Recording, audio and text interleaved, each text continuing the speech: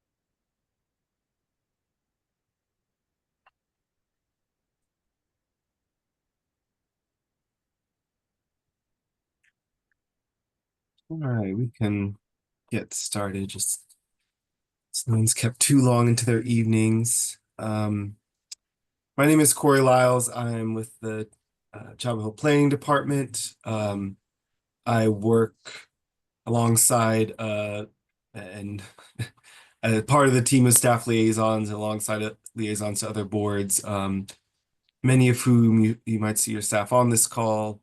Um, but if not, we're all in coordination around this. So thank you all to all our board and commission members who are listening in tonight. We want to make sure you all have some information about this initiative, that there's good awareness as it starts to move forward. Um, for consideration over the next 2 months. So this is a meeting talk about potential revisions to the rules of the boards and commissions. And I've got some slides to go through, about 10 slides. We'll talk about what's actually proposed for revision, uh, why, and what challenges we're trying to address, what benefits we're hoping to achieve. Um, in the process we're going through, so you all can continue to stay engaged. And I think we'll, just because we might answer your questions along the way, as I'm presenting, I think we'll wait till the end to take questions, but we'll have plenty of time for that, so we can all talk and you all can share what's on your mind. So I will share my screen.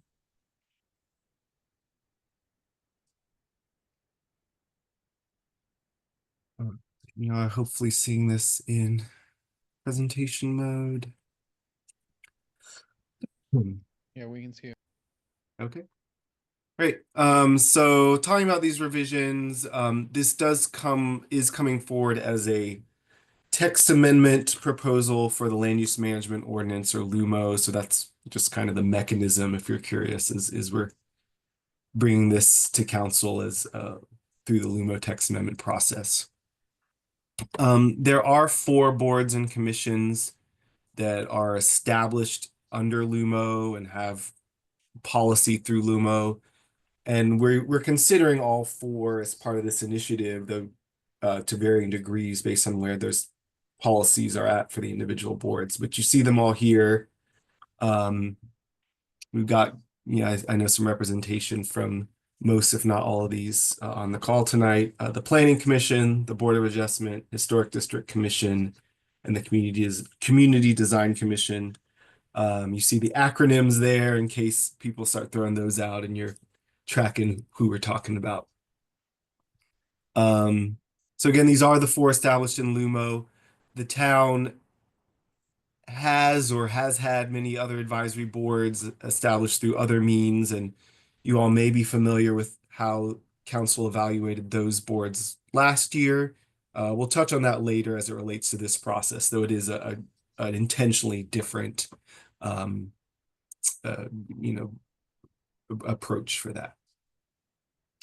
So to get the heart of it, this is what is in the text amendment proposal that staff has been working on and will be bringing forward. We'll talk about the why, but just so you know the what up front. We're looking at the possibility of taking each of these 4 boards to 7 members each. 7 is the size of the Community Design Commission currently, so that is there's less change for CDC through this, but that would be a change for the other 3 boards. The quorum for all of the boards would be 4 members, and that is the simple majority, and that's what we're looking at as the minimum needed for an official meeting of each board.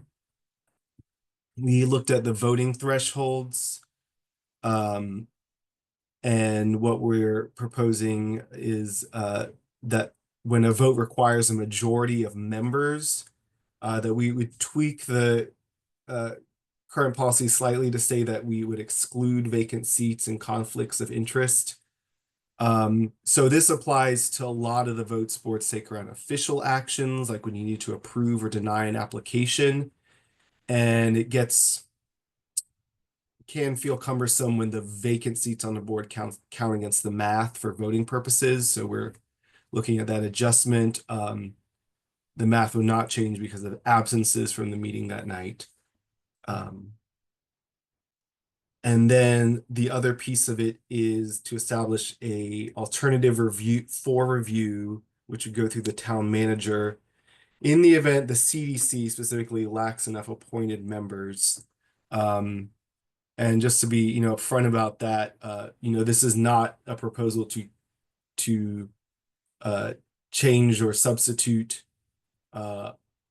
overall, but just in the event that this happens, and we're kind of responding to conditions I believe CDC members are aware of, just a safeguard that is in consideration of current vacancies and expiring terms. And that's particularly around some administrative reviews.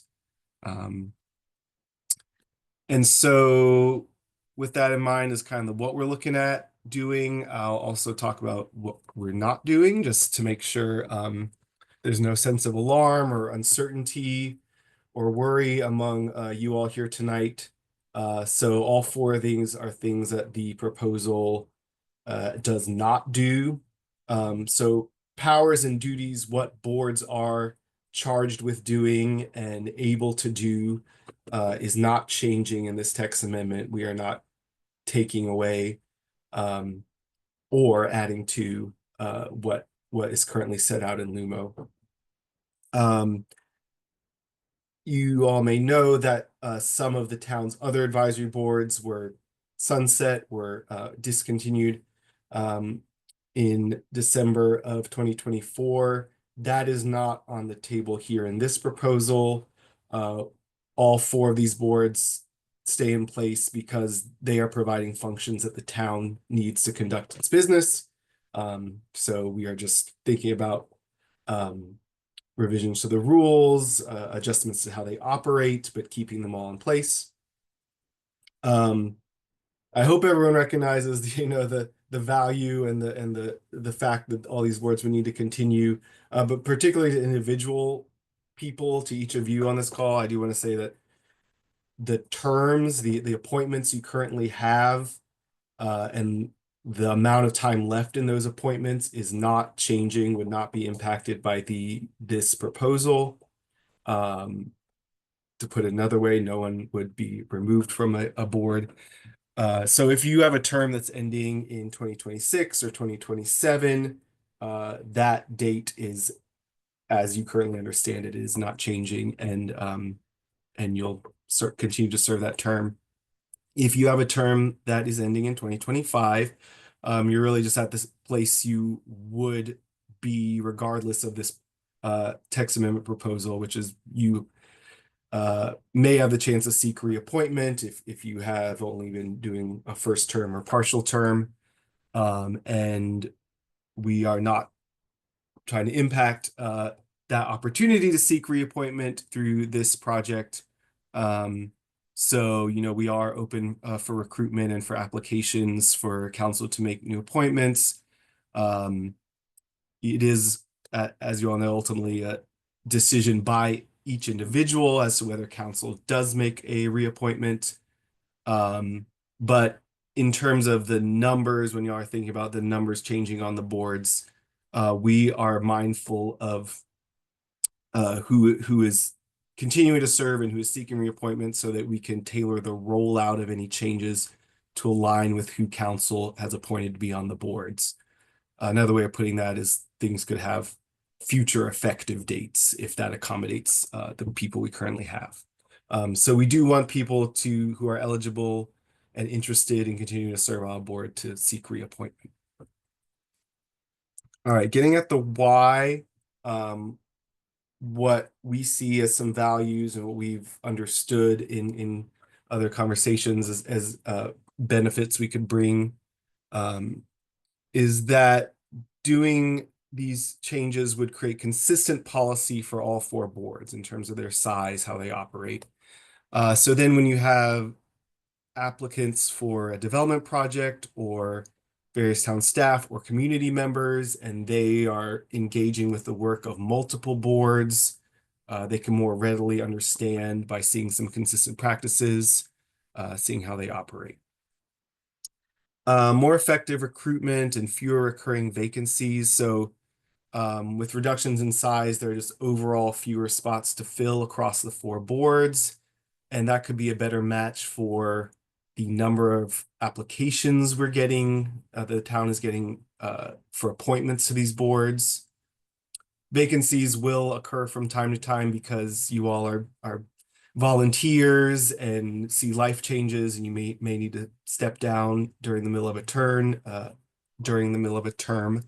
But if we have kind of a better match of available spots with community interests, we hope to see an easier time finding replacements when the vacancies do arise. Meetings taking place and completing business. So some of you may resonate with this experience of absences, 1 or 2 absences for a meeting, really making it hard to have the meeting because of a board not able to meet quorum, and just those ongoing vacancies on some boards that weigh against the number required for quorum. We feel could be alleviated when you only need 4 members, and you're more likely to have 7 appointed because that's a smaller number than what it currently may be. So we could see meetings canceled less often, or meetings less often having to end early because someone needs to step away, and that sort of thing. And then participation. So we would hope that when you all are one of 7 total members rather than one of 9 or 10, that you can find more opportunity to contribute to the discussions that you are having with your colleagues. Getting a little more into vacancies and just, what I would say staff experience most closely in seeing how the boards operate and how we work on staffing these boards. The CDC has had multiple recurring vacancies, and that was after we reduced their size to 7 members in 2021. The Board of Adjustment over the past 3 years has had it ranging between 1 to 3 vacancies. And that's just of regular members. The Board of Adjustment has 3 seats for alternate members, which have stayed empty at least over going back 3 years because we were just trying to fill the regular member spots. Planning Commission and Historic District Commission seeing some different results. There have been times over the past 3 years, and that's just a window I was looking back at for understanding the scope of this challenge. Times when they did have full membership, all seats filled, but a majority of time where 1 or 2 vacancies existed for the boards.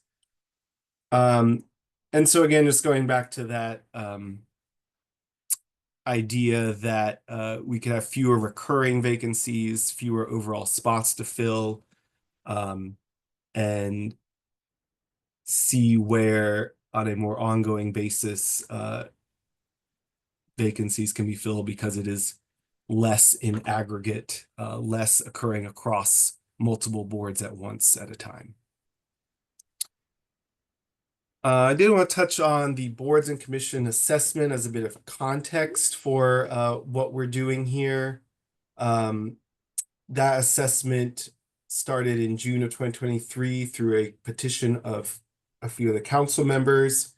And as the full council settled on what they would do through this project, they looked at how to seek meaningful and diverse community engagement, and how to seek a clear understanding of roles and responsibilities for each board that the town has, and charge staff with doing a project to assess all the boards through those 2 lenses. Staff did a lot of conversations with perhaps some of you or with other members of advisory boards and with staff liaisons, and researched best practices in other communities to come up with some findings around how the boards of the town of Chapel Hill should operate. In the initial work, in terms of outcomes and implementation, it was intentional to exclude the 4 boards established in LUMO that you all are part of. And that's just as far as like the first phase of implementation. The boards and commissions assessment that the town put out last year did note that the recommendations developed by a staff team could be considered and applied to the 4 LUMO boards in the future. So through that initial 14-month process, there was a result of a number of boards being sunset. But there were also recommendations for how the boards that stay in place should operate. One recommendation was to implement standard practices for the number of members, the roles, the meeting frequency, and training. So that's a big focus for us now. And in fact, the assessment identified 7 members as a recommended size. And then a recommendation to implement equitable processes for member recruitment and appointment. So that's something that's ongoing through the application process. how people apply and are considered and interviewed for boards, which happens outside of Lumo, so is not part of this particular initiative. I did also want to note a few other changes that are specific to two of the boards. And these would actually happen through the advisory board membership policy, which is a separate document that builds off of Lumo to fill out more of some of the procedures around board operation.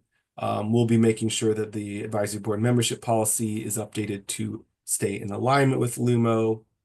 And then two things that it particularly addresses that we're proposing for revision. The Planning Commission has 4 of its seats described as champion seats, and the champions interact with, attend meetings of other boards and represent their interests on the Planning Commission. A few of those boards have been discontinued, so we need to update that in some form.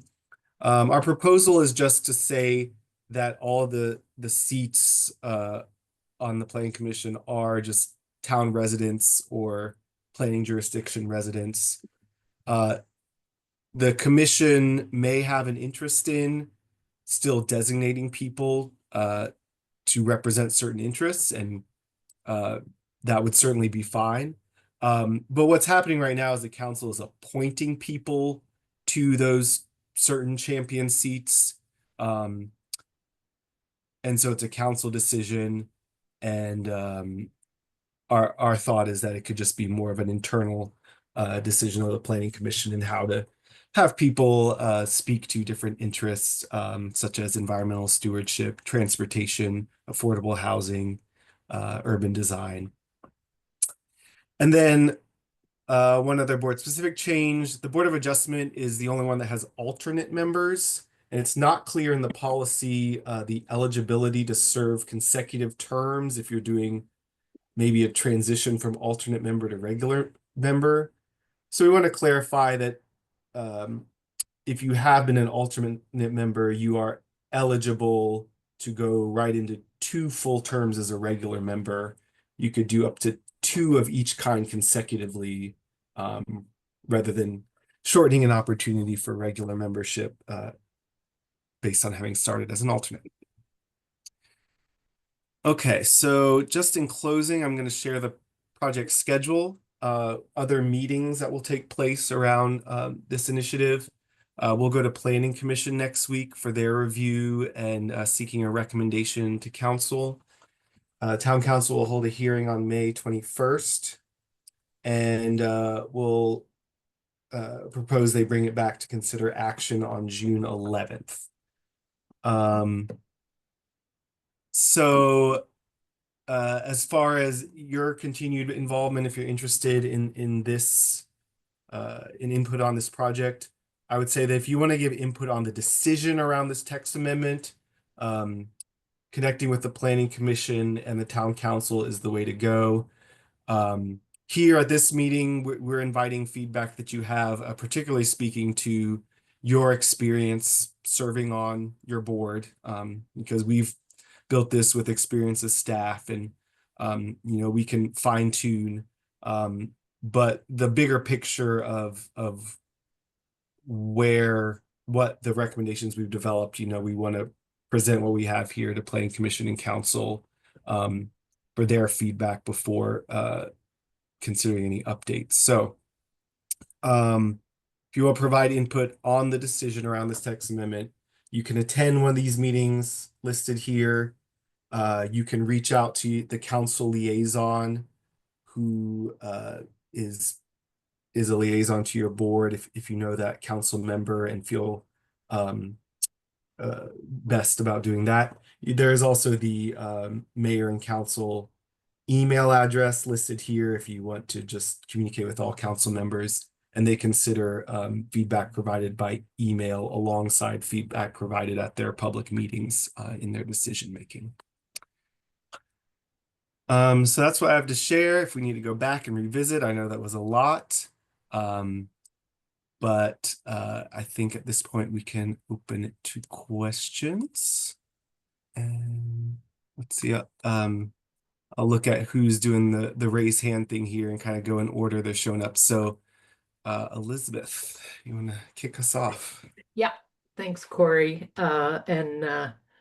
Just a couple of, I have three questions, clarifications. One is I was a little unclear if, say there's a 7 maximum, what if you only have 5 members? Is the quorum still 4 or is it the majority? I thought I heard different things. Do you want me to give my 3 questions straight or do you want to answer them? Maybe one by one. So, quorum is always going to be tied. It has been and will continue to be tied to the number of seats. So 7 seats means a 4-person quorum. And then voting would be a change where if you only had 5 appointed members and 2 vacancies, then the voting majority would be 3 out of 5. Rather than currently it's not totally clear, but we think it stays 4 out of 7, even if you have vacancies. Got it. Okay, that makes sense. And then my second question is so you said, and if there is a continuing vacancy, you'll do some alternative, but I didn't understand what that alternative, what you were implying might happen to fill a vacancy. Is that just like a temporary alternate or some other way of getting somebody appointed to the seat? I might need to put up. I'm not sure which piece of that is in reference to with reducing sizes. There's a hope that we would see just fewer No, recurring I vacancies. think it was in the first slide with a list of what you would do if you want to. Yeah, I'll go back to that. And maybe I just misinterpreted the point altogether.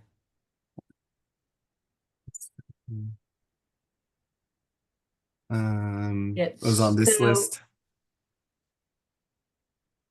Town manager alternative for review in the event that CDC, oh no, that's Yeah. I guess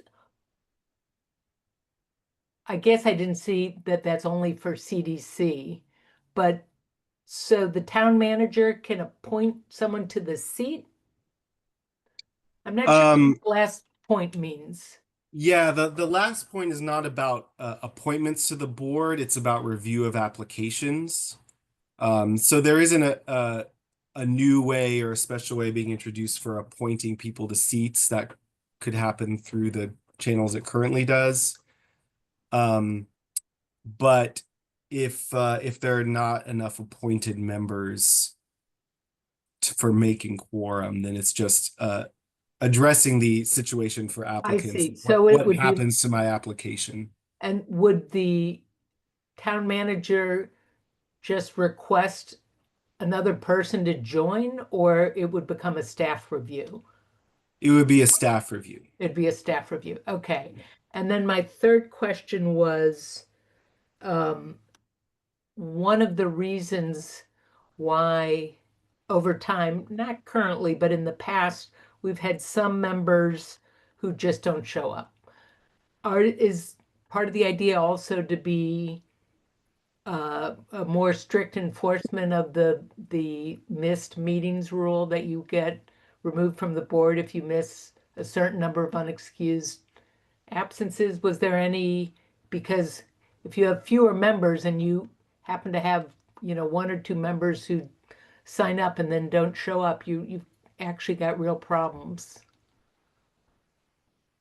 That is a good point. And yeah, that is on the books, the policy around number of absences and grounds for removal based on that. So it's not something I would say or the planning department would say like we are doing, but I think town staff overall would consider that in terms of just making sure the boards are operating smoothly one way or another. Thank you. All right. Great. On my list here. I think BJ Warshaw's next. Thanks, Corey. Thanks for the presentation. I have 4 questions. Okay. First one is 4 for a quorum seems low to me. I haven't been a board member for super long. This kind of, I guess, plays off of Elizabeth's point where just missing a couple members, you're increasing the likelihood of ties or not being able to make a vote in a session. I guess stricter enforcement of those absences might help, but has this been vetted or evaluated for effectiveness with the non-Lumo boards that have already been stripped down to 7 members? How has it affected them?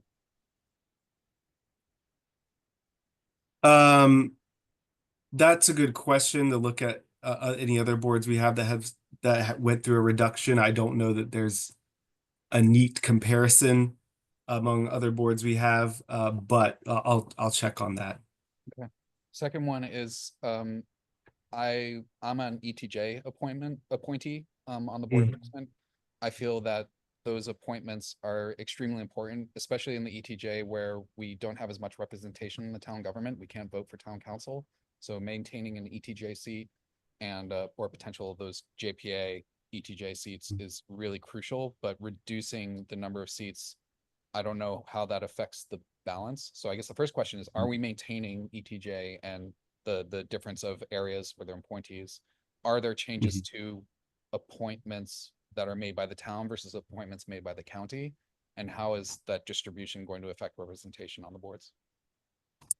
Right. So there will not be any changes to the number of seats for any board that are reserved for ETJ or reserved for JPA transition area.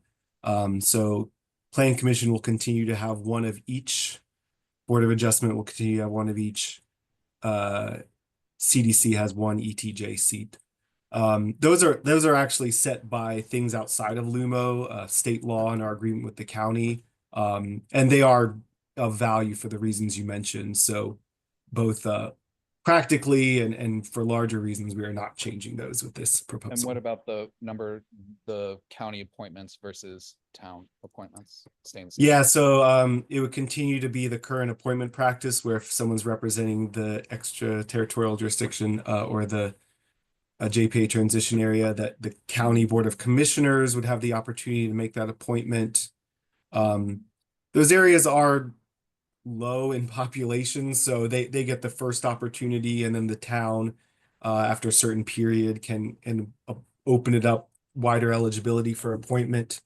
But we are continuing to reserve the opportunity for representation, and the appointments would continue to happen through the county. Yeah, the low population is the sticky part because it's also where the representation problems come in. It's a bit of a balance issue.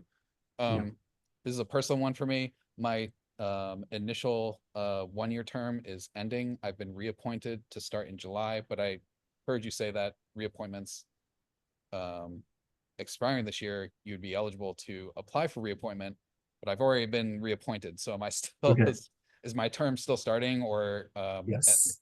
Yeah. Okay. Yeah. Sorry for, I'm thinking about the majority of members being appointed by council, and those appointments happen in June.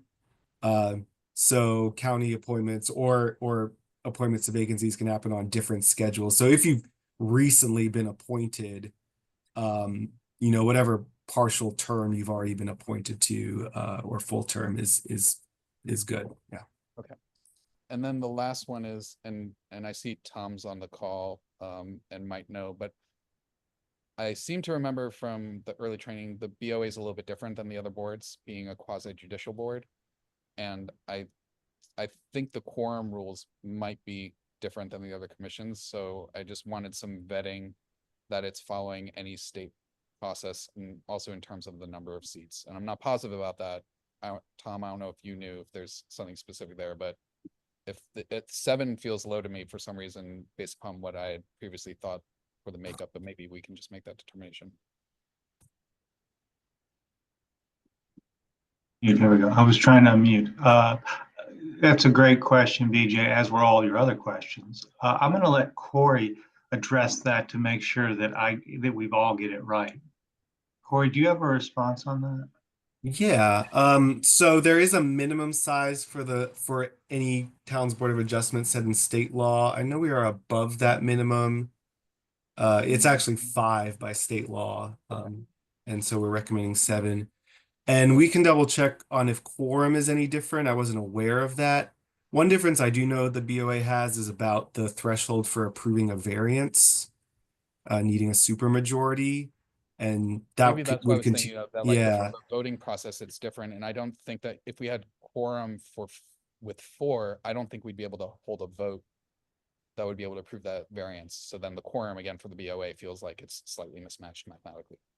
Yeah, I guess effectively the quorum you need is higher because you need enough members for an approving action. So we can clarify that. Thanks. All right, Jeff Green. On you. Continuing with the Board of Adjustment discussion. Yeah. Although I'm now on the Planning Commission, but I'll talk about the Board of Adjustment. 2 thoughts. You know, the requirement under state law for a variance is that you need to get 80% of the votes of the Board of Adjustment. If there are 5 members of the board, hypothetically, you would need to get 4. So you can lose 1 vote in order to get a variance. If there are 7 members of the board, 6 over 7 is 86%, so you're good. 5 over 7 is under 80%, so it's not good. So if you have 7 members of the board, you need 6 votes to get a variance. So essentially, you're making it more difficult. I'm curious if you've looked at other communities to see if they have, you know, I know we have 10 because I assume we have 10 because that means you need 8 in order to get a variance. I wonder if you've looked at other communities to see if any of them have 7. I would, you know, strongly suggest that the town go with 5 for the Board of Adjustment plus 2 alternates who can serve and help meet quorum if there are issues with folks attending. It varies in looking at other communities. Some are 5 with 2 alternates. Some are bigger. So state law minimum is 5. So there is that range. I'm curious, Jeff, you're saying it can be really, I agree, it can be really hard to meet that variance threshold as it gets smaller, but then in recommending 5 members plus 2 alternates. So if you have 5 members, you can only lose 1 vote. If you have 9 members, you can still only lose 1 vote. So you need to convince, essentially, you need to convince more people. And you know, in essence, you're making it more difficult to get a variance. We had people who, when I was on the board, and we had less than our 10, we had people who would choose to hold their hearing so that they could have a full board, so that they could lose 2 people and still get a variance. So just a thought. Okay, just about the math works is Yeah. 5 as good as 7. Okay. Yeah. Go next to Heather Washburn. Hey, okay, so I have 3 and it might just be 2. One is, what is the incentive to get more members on the CDC? Because we have only 4 right now. 2 are rolling off this summer. And last year we were in a similar predicament and so couldn't look at anything. My concern here is that, and it goes into question 2, is how do we maintain a balance if all of this reviewing, if there's not enough members on the CDC, it's going to go straight to the town manager? And doesn't that supersede the purpose of the CDC? Yeah, last year when we were at kind of this time of year, the larger boards and commission assessment was going on. And because of that, there was the notion of not or limiting how we were doing appointments. The only appointments we made to these 4 boards in May and June of last year was, this was not exclusive, but what we tried to focus on reappointments. Time for you to take a shower, no? For people who are already on boards who can continue to serve. So I think that I think CDC got caught in the process there some, and we're on a different place this year. I mean, we're seeing some applications come in for Community Design Commission appointment, and council will have the opportunity to consider those in June and consider the qualifications of those people and ultimately make that decision about how many could be appointed. Okay, so again, along with those lines, I would suggest that there is some kind of stopgap, that if there's a period of time that the CDC is not getting members, that needs to be reevaluated, because I come back to, it seems like it's superseding the purpose of the CDC if it's going straight to the town manager, and there needs to be some check-in that happens. Because again, last year it was like, and Susan's on the call too, and I think it was like 4, maybe 6 months before we actually had a meeting again. So that's a suggestion. And then my last question is that if, and it's highly likely, we get to this summer and we're down to 2 members and we're waiting for more to come on, how is that going to work? Are we just not going to have meetings? Would the town manager have meetings and we wouldn't be voting, but would be able to put any suggestions in? Just how does that work? That's a good question about just kind of the mechanics of whether in some capacity the members could still be involved and advise. I will say the proposal names a town manager and by extension town staff as the reviewer. We wondered whether it should be assigned to a different board as the backup plan. And there were concerns about who under the rules that allow a lot of this is tied to the special appearance district for Blue Hill, who can be a decision maker, and not just trying to pick another board to come in and do that when it wasn't clear that they had authority. So, best thing we had at this point was town manager. It would still be using the criteria, like the design guidelines that CDC uses. So it doesn't set aside any of what goes into that decision, but it does become just more of a staff level. And if we run into this situation, and what we do know is that we have 2 members with expiring terms. So the knowns are you and Patrick is continuing to serve, and then the other 5 seats are unknown. So we may be back to a position like we were in summer and fall of last year. And we can consider how then, if we get any certificate of appropriateness applications, how those are kind of shared around for awareness and involvement. But I can follow up on that. Okay. I think it would be very important for us to have clarity as to how that's going to work, and that there's a checks and balances that's in place. Yeah. Okay. Thank you. All right. Go next to Thomas. Thanks. Yes, Corey, good presentation, great presentation. Thanks. And thanks to BJ and Jeff for jumping in with those really insightful questions. You took them many from me, but I do have one left. It seems that some of the boards, including ours, the BOA, are currently over, obviously, the 7 members. So is the thinking, I don't want to get too far ahead of our skis on this, but is the thinking at this point to word the recommendation to the town council to go to 7, and they agree to do that? Is the concept then you're going to have boards that technically have more than 7? So is the thought to grandfather those existing members and just allow for natural attrition? Or is it to, for lack of a better term, force attrition? And have you thought about that? Maybe you haven't even given it that much. No, we've been giving that a lot of thought. Yeah. Excuse me. It is interesting that with some of these boards, the picture looks better than it did 6 months ago or a year ago. So we're kind of grappling with the present, as we also know, well, we are working with the present, as we also know the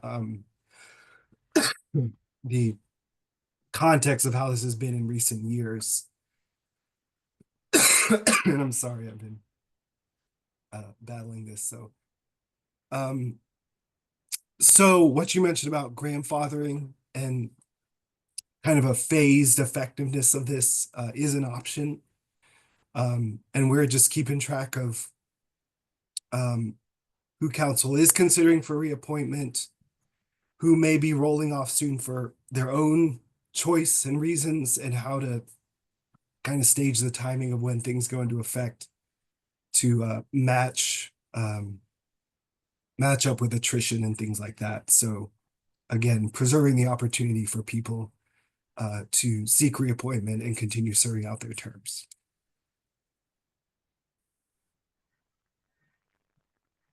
Great, thank you. Let me, can I do a quick follow-up? Are you going to be looking for, I know you said you all, the town staff, have been thinking about it, pretty extensively.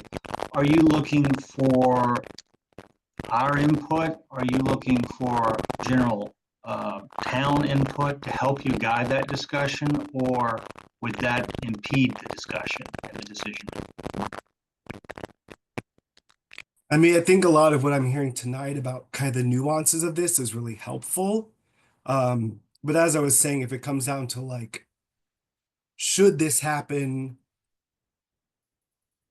should this get approved, we want to bring the rough contours of what we talked about tonight. We want to bring that forward to Planning Commission and Council as decision makers, as advisors and decision makers. And after the council hearing, kind of putting together what we've heard from you all and from council, then we can, update in response to that feedback.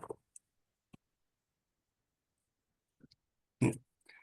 All right, let's go to Eric. Thank you. Thank you, Corey. I appreciate your presentation and also the hard work that you guys have put into it. I'm in agreement with the strategy that you're taking here and the goals that you're trying to reach. At the same time, the town has been trying to make a lot of strides about engaging people from underrepresented communities, and this having fewer seats available on the boards and commissions limits the opportunity to be able to use your voice in this way. Do you all have a structure for how the town will monitor or recruit folks from communities that are historically not represented? So that's a really good question. What we currently have in place is through the application process, expressing interests that the town has and who they would like to see represented, kind of naming like we do want that broad representation, collecting demographic information through the applications and just tracking what results there are. We do acknowledge it's lacking in some situations. It could be better. The boards and commissions assessment from last year, a key finding of that was that the way to engage with underrepresented communities and have their voices involved in decision-making and review processes should not be through the advisory boards, that the kind of ask of continued committed monthly participation and involvement when there are, kind of challenges, perhaps for some of those groups, was not a good fit. And that is a judgment call. But we have town staff in communications in our community connections group who are working broadly on how to speak with and involve all kinds of voices in things that the town is working on. And that's something, that council has had in mind as they consider various changes to advisory boards, is finding that balance of kind of the standing bodies where everyone is invited to, and we want that broad representation, but also offering opportunities that have a different level of commitment and different methods of engaging to cast a wider net. Corey, I apologize. My internet, like as you started talking, it kicked me off, and I just came back on it towards at the tail end of that. So I apologize to everyone. I didn't get the response. Okay, maybe I'll recap it and maybe Thank be you. I'm succinct. sorry. Yeah, no, that's fine. I will also throw out the session is being recorded. We will post that, and for your colleagues who weren't here, please do share it with them. But involving more voices, more representation, we do want to do that. And I was talking about how the boards and commission assessment done last year found that service on advisory boards was perhaps not the best way to do it, because of the kind of standardized forum for participation. In some of these boards, it means in-person attendance, monthly involvement. And so we have town staff who are working on a more broad approach to equitable engagement that looks at various methods in combination with advisory boards to make sure we're involving lots of different people in our processes, in our decision making, and where advisory boards kind of fit into that larger picture. Look, I'm sorry, can I just follow up on that? Because boards and commissions provide people an opportunity to use their voice in a way that nothing else does. It's a higher tier way of participating and serving the community. And so by saying that we're going to continue to do this, we're just not going to do it here, seems to kind of go against the philosophy and the goals that we're trying to accomplish here. That's a fair point. And I don't think anyone wants to diminish the opportunity to involve the voices we hear from less in the work advisory boards. I think the assessment was responding to just the reality we've seen. And we'll consider that feedback and make sure, council has heard about that assessment finding, and we can bring it up again to make sure that they're understanding the trade-offs there. Thank you. All right, back to Elizabeth.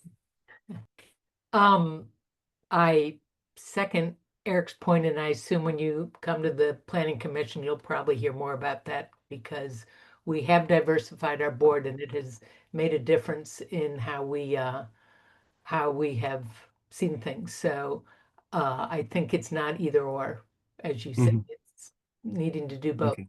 But I know you're not looking for that kind of conversation, just questions now.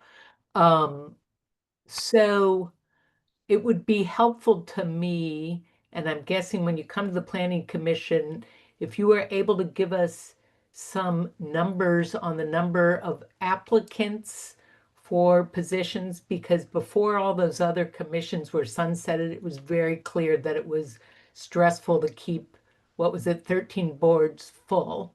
But I've heard you say things have gotten better, that there's a lot more applications to CDC. And I'm guessing that some of this is because with the elimination of 2/3 of the boards, people who want to serve some people only wanted to do like Parks and Rec. And if Parks and Rec is gone, it's Parks and Rec or nothing, but others will consider. So it would be helpful to see that that is still an impediment that it was 6 months ago, because that you're using that as one of the reasons to do this. So just be good to know. Yeah, I think that's a good point. And we kind of made a big push for recruitment throughout April. So I think as we get into May, we can have a close to final picture of where we're at with applicants. Cool. I think I'll jump to Libby, since I know you haven't had a chance to ask anything yet. Hi, thanks. Yeah, just kind of following up on the thread about the numbers.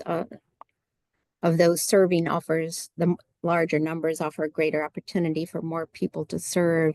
But what is the importance really of aligning all the boards to the same size? I mean, maybe there are significant differences in the qualifications of some of the boards that makes those boards especially hard to fill out, but just something that I was wondering. Yeah, I think with, should every board be 7 members, have some of their numbers all kind of match up. I think the opportunity there is just for people who engage with multiple boards as development applicants or as members of the public, just kind of knowing what you're getting each time more readily. At least on the staff side, we go through a lot of like catching ourselves back up on like, well, okay, well, this board has this many, and so it's going to take that many votes, but so many people are reporting now, and maybe it gets a little simpler and more approachable. That being said, the boards and commissions assessment made a recommendation to seek consistency. It is not required, and if there is some right sizing done for the specific situations of these boards over the next few months where things diverge a little bit, that would be fine. And, we'll take that feedback as we get it, from planning commission and council. All right, BJ. Thank you. I had already spoken before. Is there anyone else who hasn't spoken that would like to before I go? Okay, so I had just some further thoughts after hearing Thomas and Eric speaking, and I agree with Elizabeth's points as well. I was just thinking about the math issues again and representation. So if you have a board that has greater than 7 seats and someone's term is ending, and that person is either in an underserved community or is a ETJ appointed seat, but the board is still above the 7-member threshold, it seems like we may have some representation issues, at least for a short term, until the threshold drops down further below the 7 portion. So I don't necessarily have a good idea for how to address that, but it might be worth looking at when the individual terms are expiring on each board to determine a proper point at which this could come into effect based upon representation issues, and rather than just having an across the board, we're clicking on now all boards are 7 and we may have some imbalance across the different boards. So that's just a suggestion to look in a little more detail before ripping the Band-Aid off. And then following up on what Elizabeth is saying, I'm thinking about this more, and I'm just wondering how much this might be a solution in search of a problem. I haven't served on the board, but it's almost a year right now, so I'm not as experienced as other folks on this call. But it does seem like it might be worth better vetting how this has impacted the non-LUMO boards first before extending the change across to these other boards, especially speaking in terms of what I understand the charters are on these boards. There's a little bit more impact. In the case of the BOA, there's a strict quasi-judicial necessity that is state appointed. It's less advisory councils. There are legal requirements here, and I want to think about it more, but I'll obviously try to attend one of the other meetings or give feedback to the council, but I'm nervous about the representation repercussions. Okay. Yeah, and we do have demographic information, just kind of the basic questions shared about all of our current members, so we can study who's currently on and when terms end, and take that into consideration. Yeah. Cool. Hi, Susan. Yeah. I can't find my raise hand feature quickly. I will say, having been on the board that's now down to 7 and lower, there are several things that have been positively useful about that. One is that prior to that, with a larger group, our meetings ran until sometimes close to midnight. In order to get all of the interaction and the comments and because of our also our agendas, and things can't be put off because of the timing on in terms of the LUMO. And that prevents people from serving as well. So with the smaller group, we get better quality communication amongst the members, but also the meetings have been able to be at a length that is much more appealing to especially young family, people with the young families, et cetera, that need to really do other things with their evenings as well. So I would point that out as, I think, a value add. And the second piece of that is that I attended a couple of the early working sessions when they were evaluating the boards last year, and I don't recall the exact numbers at this point, but I think it was something like, and Corey, you'd be the person who could remind us of this. Was it 10,000 hours a month of extra staff time that was going into supporting all of the boards that we had? And there's a balance there in terms of what we ask of staffs to be able to do well, and that was additional time. So not for or against, but I do think in perspective, there's all of this to be considered. And thank you, Corey, for a very useful presentation tonight. Yeah. I found that number. The work last year was very mindful of how much staff time and town resources are being put towards operating the boards. I think at this point, like, we're continuing all 4 boards. That's less of the thinking here, but yes, at the time, there was some estimating done that it was $10,000 of staff time per month that was put towards staff support for boards and commissions. So just kind of figuring out the right amount of that. But I think they've taken a good stab at addressing that previously.